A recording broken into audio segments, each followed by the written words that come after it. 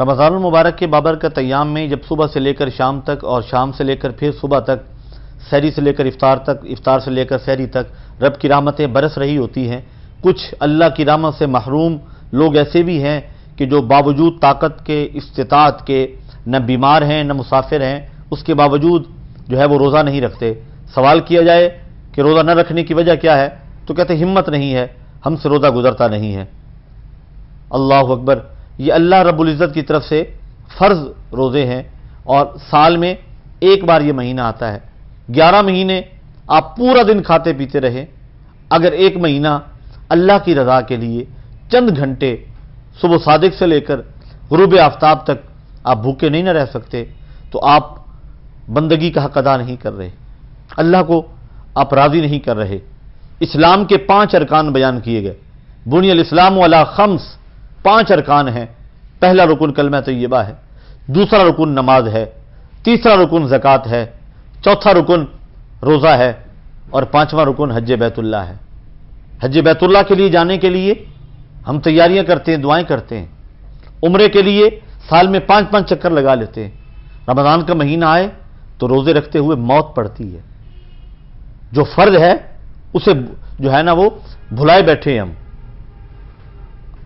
میرے کریم آقا ارشاد فرماتے ہیں کوئی شخص بغیر عذر کے رمضان کا روزہ چھوڑ دیتا ہے، یعنی بیمار بھی نہیں ہے، مسافر بھی نہیں ہے، صحت ٹھیک ہے، تندرست ہے، توانا ہے، ہٹا کٹا ہے، روزہ نہیں رکھتا، چھوڑ دیتا ہے، رمضان کے بعد پورا سال بھی روزہ رکھتا رہے، اس ایک روزے کا بدلہ نہیں ہو سکتا، اتنا اجر نہیں ملے گا، اتنا ثواب نہیں ملے گا۔ اگر بیمار ہے، طبیعت خراب ہو گئی، ڈاکٹر نے منع کر دیا، جتنے روزے رہ گئے رمضان کے بعد انہیں قضا کیا جائے گا۔ خواتین کے ساتھ جو عوارض لاحق ہوتے ہیں، منتھلی وہ جو پابندی کے ایام ہیں جن میں وہ نماز نہیں پڑھ سکتی، روزہ نہیں رکھ سکتی، وہ جتنے روزے رہ جائیں گے رمضان کے بعد ان کی قضا لوٹانی ہے۔ اگر قضا نہیں لوٹائیں گے تو اللہ کے ہاں مجرم ہے۔ تو جب مسافر اور مریض جسے رخصت دی گئی ہے اسے بھی کہا گیا کہ رمضان کے بعد ان کی قضا لوٹانی ہے اور پہلی فرصت میں لوٹانی ہے، تو پھر جو ہٹے کٹے ہو کر، صحت مند ہو کر، تندرست ہو کر، توانا ہو کر روزے نہیں رکھتے، رمضان اللہ کی بارگاہ میں جا کر ان کی شکایت کرے گا۔ کس منہ سے مصطفیٰ کریم کی بارگاہ میں جائیں گے؟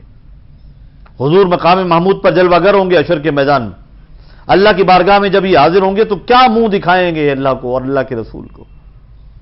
اللہ ہمیں عمل کی توفیق عطا فرمائے اور یہ دعا کیا کریں، اور جنہیں روزے رکھنے کی توفیق ہے وہ بھی فخر نہ کریں۔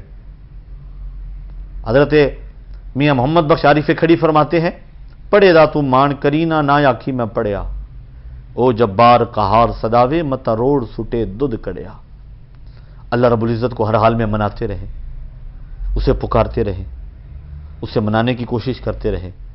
یقین مانیے جب وہ راضی ہوتا ہے تو پھر انسان کی ہاں اور نہ میں فیصلے ہوتے ہیں۔ اس بندہ خدا کی ہر التجا رب کی بارگاہ میں پہنچتی ہے اور میرا رب سنتا ہے اور مانتا ہے۔ آپ چاہتے ہیں نا آپ کی دعائیں قبول ہوں، اللہ کو منائیں، اللہ کی مانیں، زندگی میں بہار آ جائے۔